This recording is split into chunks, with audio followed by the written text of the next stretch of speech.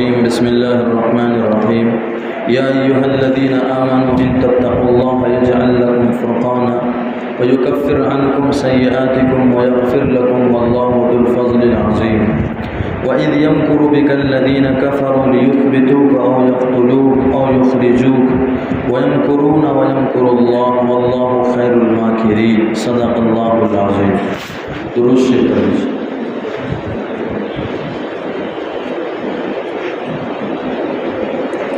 محترم بزرگوں اور دینی بھائیوں، آج جو آیات پڑھی گئی، 9واں پارہ پڑھا گیا اور 10واں پارہ، تو 9ویں پارے میں سورہ انفال ہے. کل ہم نے تفسیر سنی تھی سورہ اعراف میں سے چند آیتوں کی. سورہ اعراف کے بعد جو ہے وہ سورہ انفال ہے. سورہ انفال کی آیت نمبر 29 اور 30 آپ کے سامنے میں بھی تلاوت کی گئی. ان دو آیتوں میں اللہ تعالیٰ نے بہت عظیم الشان چیزیں ہمارے سامنے میں بیان فرمائی. ان میں سے پہلے ہم آپ کے سامنے میں 30 نمبر کی آیت جو ہے اس کی تشریح کچھ رکھنا چاہتے ہیں، اور اس کے بعد پھر اوپر والی جو آیت ہے اس کو آپ کے سامنے میں بات کی جائے گی. ترجمہ پہلے دونوں کا سن لیجئے. فرماتے ہیں یا ایھا الذین آمنو، اے ایمان والو، اگر تم تقوی اختیار کرو گے تو اللہ تعالیٰ تمہارے لیے فرقان بنا دے گا اور تمہارے گناہوں کو معاف کر دے گا اور تمہارے سیئات کو بدل دے گا، اور اللہ تعالیٰ بڑے فضل والے ہیں. اور اے نبی جی، یاد کیجئے اس وقت کو جب کہ یہ کافر لوگ آپ کے بارے میں چال چل رہے تھے کہ وہ آپ کو قید کر دیں یا آپ کو قتل کر دیں یا آپ کو شہر بدر کر دیں. وہ لوگ چال چل رہے تھے اور اللہ اپنی چال چل رہے تھے. اللہ تعالی بہترین چال چلنے والے ہیں. یہ ترجمہ ہے.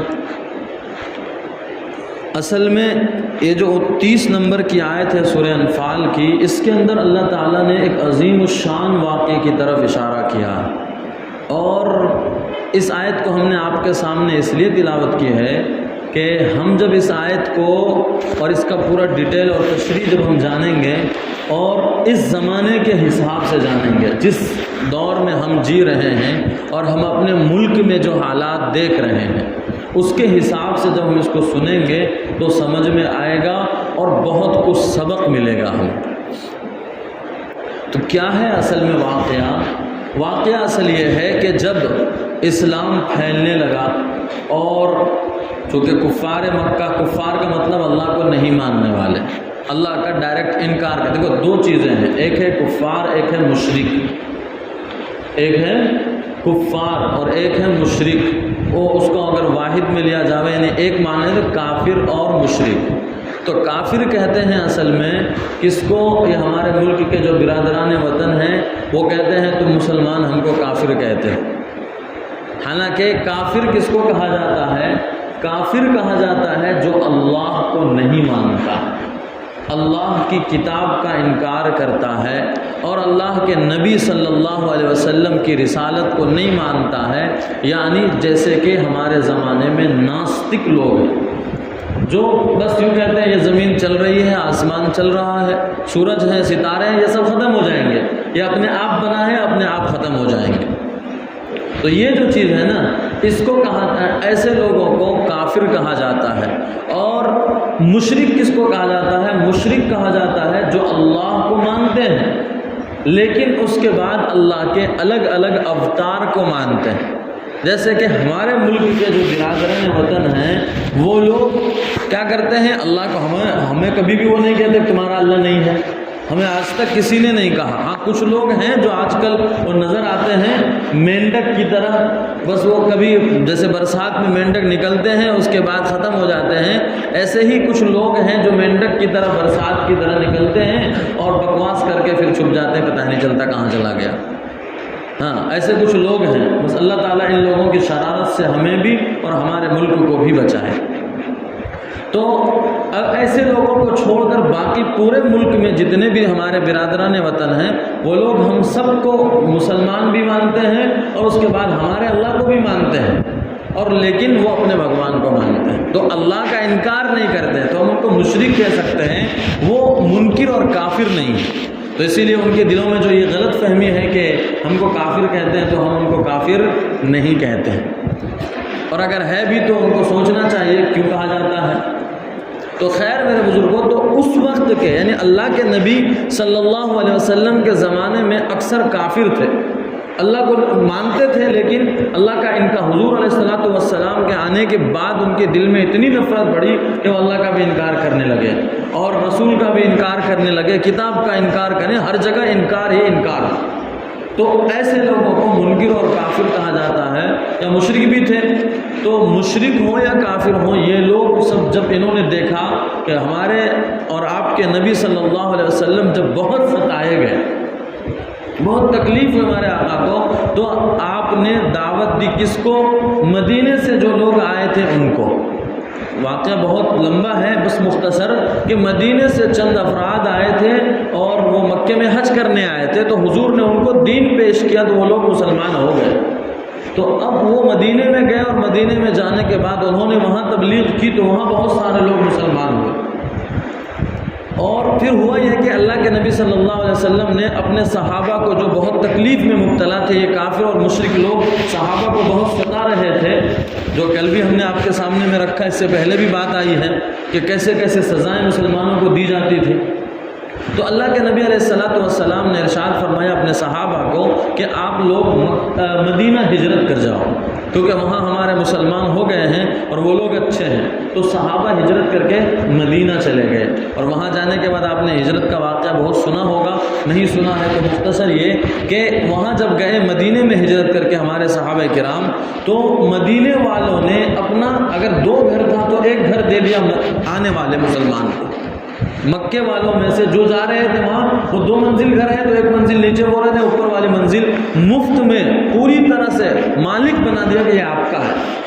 یہ انصار کا دل تھا، ہاں ہمارے جیسے دل نہیں کہ بالکل بیکار، اگر کوئی مسلمان بھی ہمارے کرائے پر رہ رہا ہے تو اس کا خون چوس لیتے ہیں۔ اگر 2 دن 3 دن کیا ہو گیا کرایہ دینے میں لیٹ ہو گیا تو ان کے گھر پر بار بار جاتے ہیں، بار بار فون بجاتے ہیں کہ بھائی اب تک کرایہ کیوں نہیں آیا۔ وہ صحابہ کرام کا دل تھا، اسی لیے اللہ نے ان کو صحابہ بنایا تھا اور ہم لوگوں کو 1450 سال بعد پیدا کیا ہے، لیکن پھر بھی اللہ کا احسان ہے کہ ایمان والا بنایا ہے، کہ اللہ کا احسان ہے۔ تو ایسے ہجرت کر کے جو بعض مسلمانوں کی مدینے میں 3-3 4-4 بیویاں تھیں، تو وہ مسلمان جو آ رہے تھے اپنی بیویوں کو، بعض صحابی ایسے بھی تھے کہ جو مسلمان ہو گئے ان کی بیوی مسلمان نہیں ہوئی، تو وہ مکہ چھوڑ کر مدینے گئے تو بنا بیوی کے۔ تو وہاں جب گئے تو مدینے والوں نے اتنی زیادہ قربانی، اس سے بڑی قربانی نہ مرد کی ہو سکتی ہے نہ عورت کی ہو سکتی ہے۔ اور یہاں پر یہ جو ہم مردوں کی قربانیاں سنتے ہیں، اصل میں قربانی تو بڑی عورتوں کی تھی کہ ایک شوہر کے ساتھ رہتے ہوئے خوشی کے ساتھ، لیکن پھر بھی ان سے طلاق لینے پر خوش ہو گئی اور دوسرے صحابی کے شوہر بننے پر بھی خوش تھی۔ اس سے بڑی قربانی اور عورتوں کی کیا ہو سکتی ہے؟ بھئی ایک عورت اپنے شوہر کے ساتھ خوش ہے، لیکن اس کو صرف اور صرف اس نام پر کہ اللہ کو راضی کرنے کے لیے میں تجھے طلاق دیتا ہوں، تو میرے فلاں مسلمان بھائی سے شادی کر لے، تو عورت کیا سوچے گی؟ ان کے دل میں خیال آئے گا کہ میں کیا جانوں تمہارا، میں تمہارے ساتھ بھی تو اللہ ہی کو مانتی ہوں، ایسا کہہ دے گی فوراً، میں آپ کے ساتھ بھی تو اللہ ہی کو مانتی ہوں، تو پھر اس کے پاس جانے کی کیا ضرورت؟ ہم آپ ہی کے ساتھ رہیں گے، آپ کے ساتھ خوش ہیں، آپ کے ساتھ ہم نے اپنی زندگی ایڈجسٹ کر لی ہے، اب دوسرے کے پاس جائیں گے، نہ جانے کیسے رہیں گے نہ رہیں گے۔ بہت ساری باتیں بولی جا سکتی ہیں عورتوں کی طرف سے، لیکن قربان جائیے ان صحابیات پر جو ہمارے انصار کی بیویاں تھیں، انہوں نے بغیر کچھ بولے قبول کر لیا کہ ٹھیک ہے آپ مجھے طلاق دیں، آپ کے آنے والے انصار جو مہاجر ہیں ہم ان سے نکاح کر لیں۔ بڑی قربانی تھی۔ تو یہ ساری قربانیاں تھیں۔ تو ان کفار مکہ نے، مشرکین مکہ نے دیکھا کہ یہ مسلمان دن بدن بڑھتے جا رہے ہیں اور ان پر جتنا ظلم ڈھایا جا رہا ہے ان کا اسلام اتنا ہی پھیل رہا ہے۔ ان باتوں کو اس زمانے سے بھی ملاتے چلیے، یہ میں نے شروع میں اشارہ کر دیا۔ تو کفار مکہ نے یہ دیکھا کہ یہ زیادہ جتنا ظلم کیا جا رہا ہے اتنا لوگ مسلمان ہو رہے ہیں۔ آج بھی دیکھ لیجئے، بہت زیادہ ظلم کیا جا رہا ہے مسلمانوں پر، ہر طرف مسلمانوں پر ظلم ہے اور نہ جانے کیا کیا ہے، مسلمانوں کے خلاف پروپیگنڈے ہیں، ساری میڈیا ٹی وی چینلز مسلمانوں کے خلاف ہیں، لیکن میرے رب کا لاکھ کرم ہے کہ آئے دن سننے میں آتا ہے کہ آج فلاں جگہ مسلمان ہو گئے، آج فلاں جگہ مسلمان ہو گئے، اور وہ جو بتلاتے ہیں کہ فلاں فیملی ہندو ہو گئی وہ غلط بولتے ہیں، بعد میں تحقیق کی جاتی ہے کہ وہ پہلے سے غیر مسلم ہی تھے، بس خام خواہ برقع ورقع پہنا دیا ہے اور بٹھا دیا، ہون کروا دیا کہ تک مسلمان کو ہندو بنا دیا۔ جھوٹ ہے، اسلام ایک ایسی دولت ہے انسان کے دل میں جانے کے بعد وہ واپس نکلتا نہیں ہے۔ اسلام اور ایمان کا نور ہی اللہ نے ایسا بنایا ہے کہ اسلام اور ایمان سے انسان کو محبت ہو جاتی ہے۔ 2 دن پہلے بھی ہم نے پڑھا، پڑوس ملک کے ایک مولانا منظور احمد مینگل صاحب ہیں، ان کے پاس آ کر ایک بڑی فیملی تھی، وہ سب کے سب مسلمان تھے۔ تو یہ بات ہے کہ جتنا اسلام وہ پودا ہے کہ جتنا بھی کاٹو گے ہرا ہوگا، ایسا ہی ہے، یہ اسلام کے پودے کو کاٹتے جاؤ ہرا ہوتا ہی جا رہا، اور انشاءاللہ قیامت سے پہلے پوری روئی زمین پر زیادہ مسلمان ہوں گے۔ جی تو خیر، وہ مشرکین اور کفار مکہ نے دیکھا کہ یار ان کو جتنا زیادہ ظلم کرو یہ لوگ مسلمان، چلو اب تک تم اپنے شہر میں ہی مسلمان تھے، ان پر جتنے مار پیٹ کرنا تھا کر رہے تھے، لیکن یہ لوگ تو بازو والے گاؤں میں بھی جا کر مسلمان ہونے جا رہے ہیں، اور وہ لوگ زیادہ مسلمان ہو رہے ہیں، اور ان کو وہاں بلا کر گھر بھی دے رہے ہیں۔ تو اب ان کو اور غصہ آیا کہ بھئی اگر ان پر کنٹرول نہ کیا گیا، قید گن نہ لگائی گئی، تو یہ لوگ تو پھر بعد میں چل کے ایسا ہوگا کہ سب کے سب وہاں چلے جائیں گے، اور اس شہر میں جانے کے بعد پورا ایک دم مجمع ہوگا، وہاں سے جا کر ہم پر حملہ کریں گے، بدلہ لیں گے ہم سے جو ہم نے ستایا ان کو۔ تو یہ سوچ کر ان لوگوں نے کیا کیا، مسلمانوں کے جو سب سے بڑے سردار، دنیا کے دلہا حضرت نبی پاک صلی اللہ علیہ وسلم تھے، ان کے خلاف سازش کی۔ آج کفار مشرک آج بھی ہمارے مسلمانوں کے بڑے لیڈروں کے ساتھ سازش کر رہے ہیں۔ ذرا دماغ لگائیے گا تو پتہ چلے گا کہ جتنے بڑے بڑے مسلمانوں کے لیڈر تھے نا، جن کو کہا جاتا تھا کہ ہاں بھائی مضبوط لوگ ہیں، ان سب پر سب سے پہلے قابو پانے کی کوشش کی جا رہی ہے۔ تو یہ آج کا نہیں ہے، 1450 سال پہلے بھی اسی طرح سے ہوتا تھا، لیکن 1450 سال پہلے بھی اسلام بلند ہوا تھا، انشاءاللہ آج بھی اسلام بلند ہوگا، کوئی روک نہیں سکتا اسلام کو۔ خیر، تو ان لوگوں نے سازش کی کہ حضرت نبی پاک صلی اللہ علیہ وسلم کو ہی ان کے بارے میں کچھ پروگرام کرنا چاہیے، ان کا کیا کرنا ہے۔ اس کے لیے ان لوگوں نے ایک میٹنگ بلائی، ان کے لیے میٹنگ کا ایک گھر تھا، پہلے سے متعین تھا، مشورے کا گھر تھا، اس گھر کا نام دار الندوہ ہے۔ آپ لوگ ادھر دھیان دیجئے ذرا، بہت اہم بات ہے آپ کے سامنے رکھی جا رہی ہے، شاید ہمارے نوجوان جتنے سب نوجوان ہی ماشاءاللہ آپ سنیں گے، آنے والی نسلوں کو یہ سنایا، ہاں یہ اس لیے سنایا جا رہا ہے، ایسا نہیں کہ مولوی لوگ ہی خالی قصے اور دین کی باتیں سنائیں گے۔ اب آپ نے دین سیکھ لیا اور سن لیا تو آپ بھی دوسروں کو پہنچا سکتے ہیں، آنے والے اولاد کو پہنچا سکتے ہیں۔ ہمارے اولاد کے اندر دین کیسے آئے گی؟ ہم ہی ان کو دوسرے راجاؤں اور رانیوں کے کہانی سنانے کے بجائے اپنے اس دین کی کہانی کو سنائیں انشاءاللہ۔ تو خیر، ان لوگوں نے مشورے کے لیے میٹنگ بلائی، مشورے میں سارے مکہ کے جو بڑے بڑے سردار، M L A, M P سارے تھے، وہ سب کے سب ایک جگہ میٹنگ ہال کے اندر جمع ہو گئے۔ آج کی بھاشا میں اس کو کہیں گے کیبنٹ، سارے کے سارے وہاں جمع ہو گئے، اور جمع ہونے کے بعد مشورہ کر، اس میں ابو جہل بھی تھا، عتبہ ابن شیبہ بھی تھا، ربیعہ تھا، ابو سفیان جو بعد میں مسلمان ہو گئے وہ تھے، اور بھی بہت سارے بڑے بڑے سردار تھے۔ سب نے میٹنگ کرنے کے لیے بھی کرسیاں لگائی ہیں کہ ادھر سے ایک بوڑھے آدمی کو دیکھا کہ ایک دم سفید داڑھی ہے، ہاتھ میں لاٹھی لیے ہوئے ہے، اور اس میٹنگ ہال کے گیٹ پر کھڑا ہے۔ انہوں نے کہا بھائی آپ کون ہو؟ انہوں نے کہا میں ایک بوڑھا آدمی ہوں، میں نجد کا رہنے والا ہوں، یعنی عرب سے دور، عرب کے اندر یہ ہے نجد، مکے سے دور۔ انہوں نے کہا کہ میں نجد کا رہنے والا ہوں، میں نے سنا کہ آپ لوگ کچھ بہت اہم مشورہ کرنے والے ہیں، اسی لیے میں سوچا کہ شاید میں بھی کوئی اچھا مشورہ دے سکوں آپ کو، اسی لیے میں آ گیا۔ جانتے ہیں وہ کون تھا؟ بتاتا ہوں بعد میں۔ تو وہ بوڑھا کو بھی انہوں نے کہا کہ ٹھیک ہے تو آپ بھی آ جاؤ، ان کو بھی ایک کرسی دی گئی، ان کو بھی بٹھایا، مشورہ شروع ہوا۔ مشورہ شروع جب ہوا تو کیا ہوا؟ پہلا مشورہ ہوا کہ بھائی دیکھو سب کو معلوم ہے یہ محمد نامی انسان جو ہے دن بدن اسلام پھیلاتے جا رہے ہیں، ہمارا جینا مشکل کر رہے ہیں، ہم لوگ کتنا دبا رہے ہیں، اس کو دب نہیں رہا ہے، اس کے بارے میں کیا کرنا ہے؟ تو ان میں سے ایک بدبخت نے یہ کہا کہ ابو البختری نام تھا اس کا، اس نے کہا کہ ایسا کرتے ہیں ہم اس کو پکڑ کر کے زنجیر میں باندھ کر کے، حضرت محمد صلی اللہ علیہ وسلم کے بارے میں کہا جا رہا ہے کہ ان کو پکڑ کر کے زنجیر میں باندھ کر کے کالی کوٹری میں بند کر دیتے ہیں، اور کالی کوٹری میں بند کرنے کے بعد ان کا کھانا پینا سب بند کر دیں گے، اور اس کے بعد کیا ہوگا کہ یہ اندر اپنے آپ مر جائے گا، بس بات ختم ہو جائے گی، ہم لوگ خوش ہو جائیں گے۔ تو وہ جو بوڑھے آدمی آئے تھے نا گیٹ پر سے، انہوں نے کہا بھائی کیا بات کرتے ہو تم کو پتہ نہیں ہے کہ ان کی باتیں یہ کالی کوٹری میں رہیں گے تب بھی ان کے ماننے والوں تک پہنچ جائے گی، یعنی ہمارے نبی کی باتیں فرشتے دوسروں تک پہنچا دیں گے، ان کا اشارہ اس طرف تھا، اور پھر ان کے لوگ جو ہے نا مل جائیں گے، حملہ کریں گے تم پر، یہ کالی کوٹری سے بھی نکال کر کے محمد کو لے جائیں گے۔ تو یہ مشورہ ٹھیک نہیں ہے۔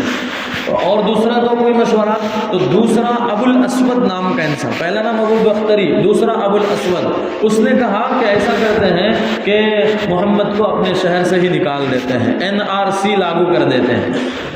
ہاں، اسی لیے میں نے آپ کے سامنے بات رکھی ہے، یہ مشورہ جو کر رہے ہیں نا کیبنیٹ میں بیٹھ کر اور الگ الگ جگہوں پر چھپ چھپ کر، جو ان کے بڑے بڑے لوگ مشورہ روز کر رہے ہیں، آپ کو کیا لگتا ہے مشورہ نہیں کرتے ہیں؟ روزانہ ان کے مشورے ہوتے ہیں۔ حضرت مولانا سجاد نوری صاحب کا بیان سنیے تو پتہ چلے گا کیا کیا ہو رہا ہے۔ مشورے ہوتے ہیں ان کے، یہ آج کا نہیں ہے، ان کے باپ دادا جو پہلے تھے وہ بھی ایسے ہی مشورے کرتے تھے مسلمانوں کے خلاف۔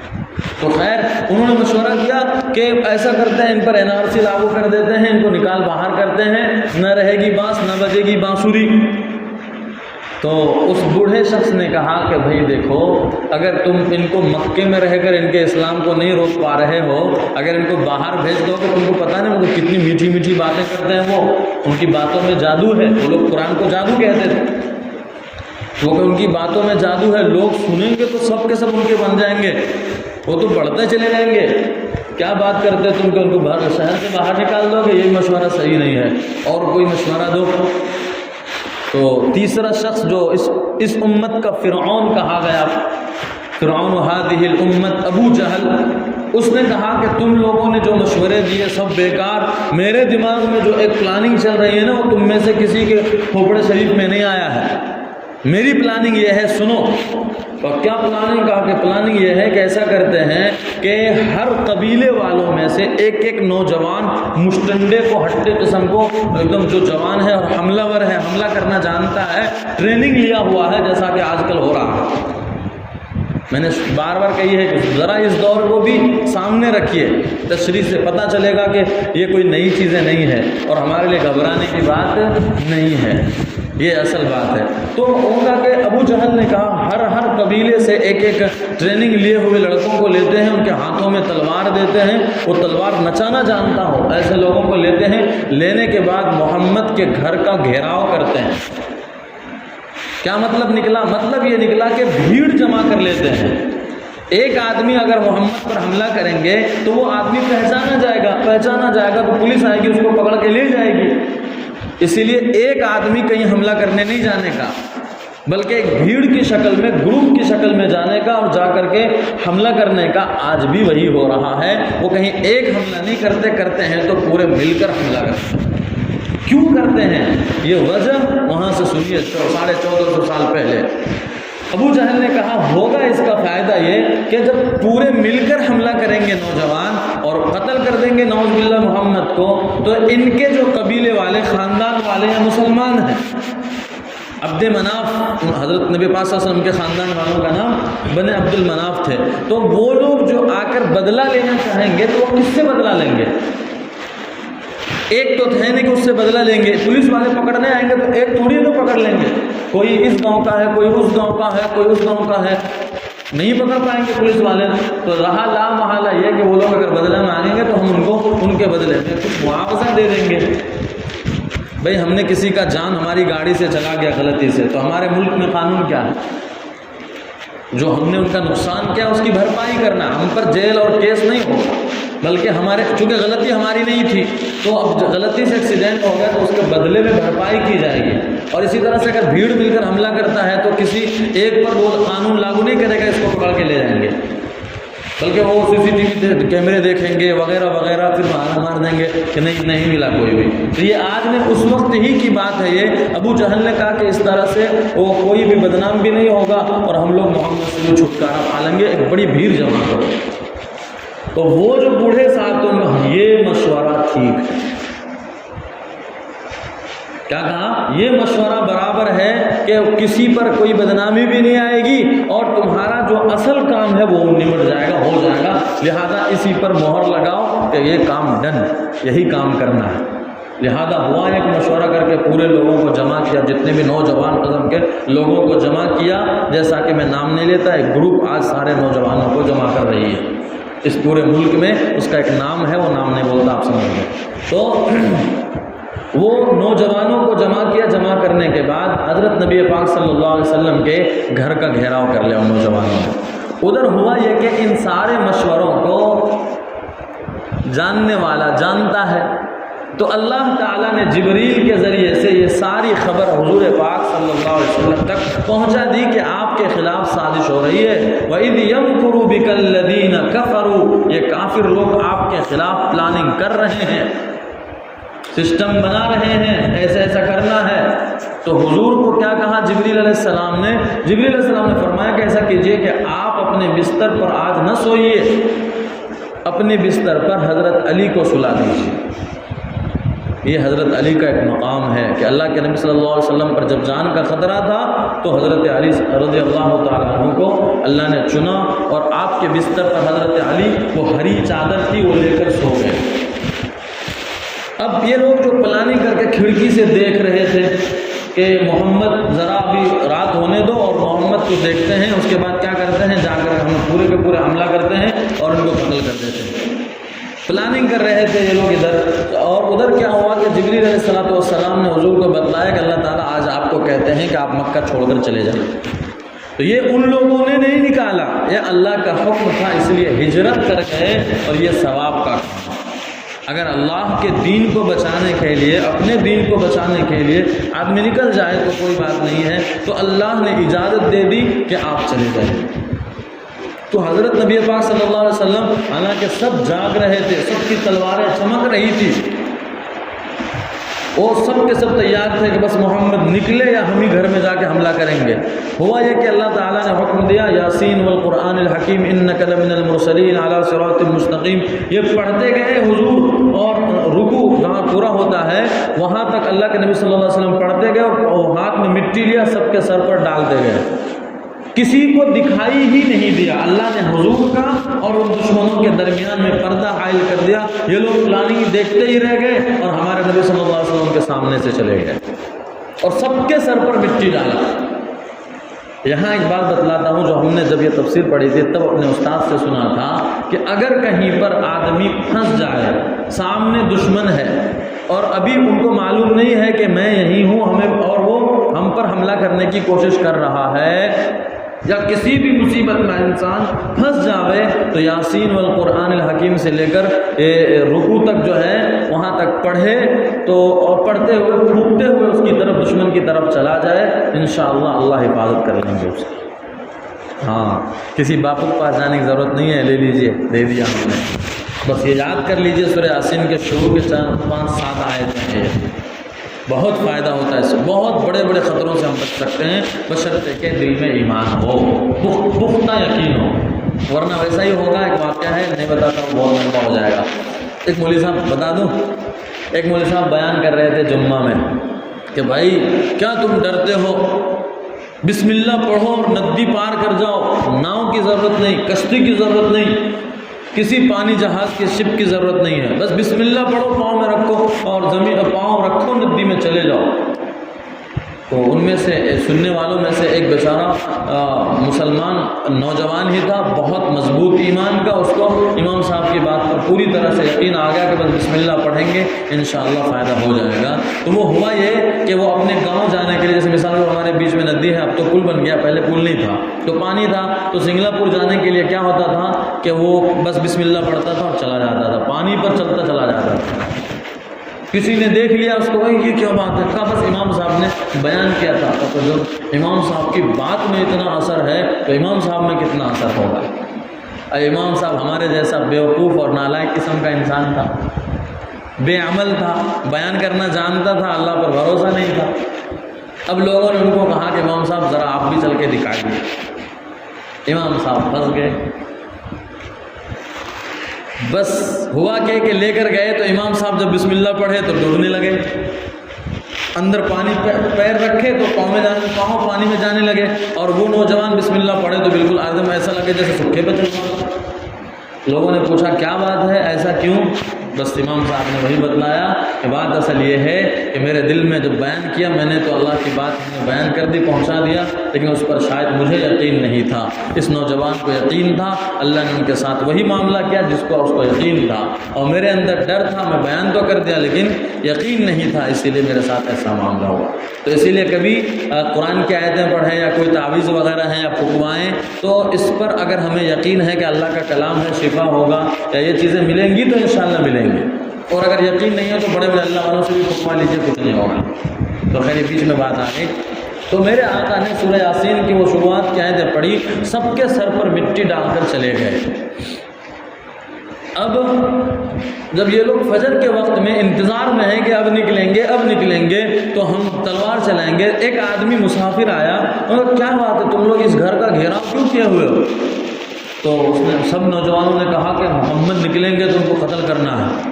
تو انہوں نے کہا کہ انا للہ و انا الیہ راجعون، وہ تو گئے، تم کس گمان میں ہوگا، کیا بات کرتے ہو؟ کہا گئے ہی نہیں، تمہارے سروں پر مٹی بھی ڈالی ہے، ذلیل کر کے گئے۔ مٹی ڈالنے کی نشانی کیا تھی؟ مطلب یہ تھا کہ تم ذلیل ہو گئے، ناکام ہو گئے، اس لیے تمہارے کھوپڑے پر دیکھو سب کے سر پر مٹی، سب نے سب ڈالا تو سب یہ مٹی ہے۔ ان کو یقین تو ہوا آدھا، لیکن پورا یقین نہیں ہوا کہ ابھی دروازہ کھلا نہیں، کیسے گئے یہاں سے، اور وہ سو رہے ہیں چادر اوڑھ کے۔ بعد میں جب صبح کے وقت میں کروٹ بدلا حضرت علی رضی اللہ تعالیٰ عنہ نے، تو حضرت کا چہرہ نظر آ گیا، کیونکہ صبح کا وقت ہو گیا تھا، چہرہ نظر آیا تو تب ان لوگوں نے کہا کہ او کمینے تیرا ناس ہو۔ حضرت علی کو انہوں نے گالیاں دی، تیرا ناس ہو، ہم تو محمد کے قتل کے در پر تھے لیکن تم ان کے گھر پر سو رہے، ہم تو تمہیں سوچ رہے تھے تم ہی محمد۔ اب یہ لوگ بھاگے ادھر ادھر، اتنے میں تو ہمارے آقا صلی اللہ علیہ وسلم ہمارے سور تک پہنچ گئے تھے۔ اس کا آگے کا جو واقعہ ہے وہ انشاءاللہ آئندہ کل سورہ برات ہی چل رہی ہے، اس کے اندر ہم آپ کے سامنے رکھیں گے، بلکہ رکھا بھی ہے پچھلے سال بھی، کوشش کریں گے آئندہ کل جو ہے وہ واقعہ پورا کر دیا جائے۔ تو خلاصہ یہ نکلا یہاں پر میرے بزرگوں کہ یہ چال چلنے والے چال چلتے رہ گئے، لیکن اللہ تعالیٰ کی اپنی ایک تدبیر ہے، اور اللہ سے بڑھ کر کسی کی تدبیر غالب نہیں ہو سکتی ہے۔ تو ملک میں یا پوری دنیا میں کوئی کتنی بھی سازش کر لے، اگر اب پہلی آیت پر آئیے جو میں نے کہا تھا کہ اس کا بعد میں مطلب بتاتا ہوں، اگر ہمارے اندر یا ایھا الذین آمنوا ان تتقوا اللہ، اے ایمان والو اگر تم تقوی اختیار کرو، اگر تم تقوی اختیار کرو تو اللہ تعالیٰ تمہیں 3 انعام عطا کریں گے۔ کتنے انعام؟ 3 انعام عطا کریں گے۔ تو متقیوں کے سردار، ولیوں کے سردار، اللہ والوں کے سردار ہمارے نبی صلی اللہ علیہ وسلم ہیں۔ ہمارے نبی سے بڑا تو کوئی متقی نہیں ہو سکتا نا، اسی لیے میرے نبی کو اللہ نے یہ انعام دیا، دشمنوں کی سازشوں سے بچایا۔ اللہ فرماتے ہیں تم اگر ایسا ہی متقی بنو گے، نبی کے طریقے پر چلو گے، نبی کے لائے ہوئے دین پر چلو گے، اور تقوی کی تعریف کل بھی کی گئی تھی، پرسوں بھی کی گئی تھی، تو اگر ایسا تقوی اختیار کرو گے تو پہلا انعام تم کو ملے گا کہ اللہ تعالیٰ تمہارے لیے فرقان بنا دے گا۔ یہ فرقان کیا چیز ہے؟ تو اس کے بارے میں مفسرین نے لکھا ہے، فرقان کہتے ہیں اصل میں اللہ تعالیٰ ایسی طاقت ہمیں عطا کر دیں گے جس سے ہمیں حق کیا ہے اور باطل کیا ہے، غلط کیا ہے، صحیح کیا ہے، پتہ چلنے لگے گا۔ ابھی ہمیں پتہ نہیں چل رہا ہے، یہ بھی مسلمان، یہ بھی مسلمان، 2 مسلمان ہیں، اس میں سے کون صحیح کون غلط ہمیں کیا معلوم؟ تو لیکن جب آدمی متقی بنتا ہے تو اللہ تعالیٰ اس کو بصیرت اس کو بولتے ہیں. آنکھوں میں جو روشنی ہے اس کو بصارت بولتے ہیں. تو ہم دنیا دیکھ سکتے ہیں بصارت سے، لیکن اگر بصیرت کسی کو مل جاوے، دل کی روشنی مل جاوے، تو وہ دنیا کے علاوہ چیزوں کو بھی دیکھ سکتا ہے. اسی کو کہتے ہیں کشف، کرامت. کے بعد اللہ والوں کے پاس ہمیں جاتے ہیں نہیں. میں سناؤں گا آپ کو ایک واقعہ بھی یہاں پر. ایک بعض اللہ والوں کے پاس ہمیں جاتے ہیں، وہ ہمیں دیکھ کر کے ہی بتا دیتے ہیں کہ ابھی ہم کیا کر کے آئے ہیں. ہمارے حضرت شیخ یونس صاحب رحمۃ اللہ علیہ کے بارے میں ہمارے استاد نے بتلایا تھا کہ ایک مرتبہ ایسا ہوا، دو طالب علم جو ہیں وہ مدرسے سے نکلے حضرت شیخ یونس صاحب رحمۃ اللہ علیہ کے پاس ملاقات کے لیے جانے کے لیے. تو دونوں میں سے ایک شرارتی تھا، اس نے کہا یار کہاں جائیں گے؟ راستے میں چلتے چلتے ان کو کچھ لڑکیاں دکھی، انہوں نے کہا کہاں جائیں گے؟ وہاں اپنے شیخ کے پاس. اپنے شیخ تو یہاں. ایسا کہا. ہوتے ہیں شیطان قسم کے لڑکے، تو ان کو ایسی غلط چیزوں میں مزہ آتا ہے. تو ایک لڑکے نے یہ کہہ دیا کہا وہ شیخ کے پاس جانے کا، اپنے شیخ تو یہاں ہے. پھر دل میں خیال ہے کہ نہیں یار جو گناہ کا نہیں کام کرنا چاہیے، چلو شیخ کے پاس چلتے ہیں. تو شیخ صاحب کے پاس جیسے کہ حضرت شیخ یونس صاحب رحمۃ اللہ علیہ کے پاس، تو حضرت شیخ نے کہا کہ بھائی تمہارے شیخ تو وہاں تھے، تم یہاں کیوں آ گئے؟ یہ ان کو کس نے بتایا؟ یہی ہے بصیرت. اے ایمان والو، اگر تم تقوی اختیار کرو گے تو اللہ تمہیں بصیرت عطا کر دیں گے. تمہیں وہ چیزیں بھی نظر آئیں گی جو دنیا کی آنکھوں سے نظر نہیں آتی ہیں. تو اکثر اللہ والوں کو بصیرت ملی ہوئی ہے، اسی لیے جب ہمیں جانا چاہیے اللہ والوں کے پاس نہیں، ہمیں ادب نہیں ہے، ہمیں جیسے تیسے چلے جاتے ہیں، ملاقات بھی کر لیتے ہیں. لیکن اللہ والوں کو اچھا یہ ضروری نہیں کہ ان کو ہمارے حال کا علم بھی ہو، یہ ضروری نہیں ہے، یاد رکھیے گا، ورنہ یہ تو علم غیب ہو جائے گا جو اللہ کے سوا کوئی نہیں جانتا. یہ ایک الگ چیز ہے، کشف جس کو کہا جا رہا ہے، یہ الگ چیز ہے، اور علم غیب یہ الگ چیز ہے. تو خیر اب بعض اللہ والوں کو معلوم ہو سکتا ہے کہ ہو جاوے، اللہ نے ان کو بصیرت عطا کر دی ہو. تو اسی لیے ہمیں جب اللہ والوں کے پاس جائیں پہلے 2 رکعت صلاۃ التوبہ پڑھ لیں، اللہ سے مغفرت مانگ لیں کہ اللہ ہمارے چہروں پر جو گناہ کے بے نوری ہوگی، دل میں جو گناہ کی وجہ سے نحوست ہوگی، کہیں ہمارا اس کا اظہار آپ اپنے نیک بندوں پر ظاہر نہ کر دیجئے، میں آپ سے معافی مانگتا. توبہ وبہ کر کے اچھے سے درود شریف پڑھتے ہوئے اللہ والوں کے پاس جانا چاہیے. یہ ادب ہے. ایسا نہیں کہ بس گئے جیسے تیسے ملاقات کر لیا، ایسا نہیں. تو خیر اللہ تعالیٰ فرماتے ہیں تقوی اختیار کرو گے تو اللہ تعالیٰ تمہیں بصیرت عطا کریں گے. دوسری تشریح اس کی ہے فرقان کی کہ دشمنوں پر جیت عطا کریں گے، جیسا کہ میرے آقا صلی اللہ علیہ وسلم کو ان دشمنوں پر جیت عطا کی، آپ فتح ہوتے ہوئے چلے گئے. تو دونوں چیزیں مل سکتی ہیں، ہم تقوی اختیار کریں. دوسری چیز کہتے ہیں وَيُكَفِّرْ عَنْكُمْ سَيِّئَاتِكُمْ، دوسری چیز اللہ تعالیٰ تمہارے گناہوں کو نیکیوں میں بدل دے. کتنی بڑی دولت. ہم نے کتنے گناہ کیے نہیں معلوم، آج ہم توبہ کر لیں اور آج کے بعد ہم گناہ نہ کریں بلکہ تقوی اختیار کریں، یعنی گناہوں کو چھوڑ دیں. تو آج کے بعد سے پہلے جو ہم نے گناہ کیے تھے، اللہ فرماتے ہیں تمہارے اس تقوی کی برکت سے ہم تمہارے پچھلے گناہوں کو نیکیوں میں بدل دیں. 2 چیزیں ملی. تیسری چیزیں فرماتے ہیں اور اس کے بعد وَيَغْفِرْ لَكُمْ، قیامت کے دن اللہ تمہاری مغفرت کر دیں گے. تو تقوی کی بہترین چیزیں ہیں، ہمیں یہ تینوں چیزیں ملیں گی. دشمنوں پر جیت بھی ملے گی. آج بہت کوششیں ہو رہی ہیں، الگ الگ پلاننگیں کر رہے ہیں مسلمان، لیکن اصل چیز جو مسلمانوں کو پکڑ کے رکھنا چاہیے وہ تھا تقوی، وہی نہیں ہے. ہر چیز مسلمان بنا رہے ہیں، مسجدیں بنوا رہے ہیں، مدرسے بنوا رہے ہیں، چندے دے رہے ہیں، زکوٰۃ صدقہ بہت کچھ کر رہے ہیں، بڑے بڑے اجتماعات ہو رہے ہیں، لیکن وہ دل میں جو تقوی اور خوف ہونا چاہیے اللہ کا، کہ اللہ کی محبت ہونی چاہیے، دل اس سے خالی ہے، اس لیے ساری پلاننگ بیکار جا رہی ہے. اسی لیے ہمیں چاہیے کہ ہم تقوی اختیار کریں. آج کی پوری بات کا خلاصہ یہی ہوا. اب سوال جو ہم نے شروع میں کیا تھا، وہ بوڑھا کون تھا جو آ کر مشورے کا سب کا کٹ کر کے تیسرے والے کو کہا ٹھیک ہے؟ وہ وہی تھا جس کے بارے میں ہم نے کل کہا تھا ہمارا وہ ایسا دشمن ہے جو ہمیں دکھتا نہیں ہے. کون؟ ابلیس تھا، وہ شیطان تھا، وہ جو میرے نبی صلی اللہ علیہ وسلم کے خلاف پلاننگ میں مشورہ دینے کے لیے آیا. تو اس سے یہ بات ثابت ہو گئی کہ مسلمانوں کے خلاف جو لوگ پلاننگ کرتے ہیں ان کا ساتھی شیطان ہوتا ہے اور بہت خطرناک پلاننگ کرواتا ہے ان سے. تو اسی لیے کل کی بات پھر دہرائی جاوے، ہمیں صبح و شام اللہ سے دعا کرنا چاہیے اللہ شیطان کے شرور اور فتن سے اور اس کی چال بازیوں سے ہماری حفاظت فرماوے. اللہ کہی سنی ہوئی باتوں پر عمل کی توفیق عطا فرماوے. وآخر دعوانا الحمدللہ.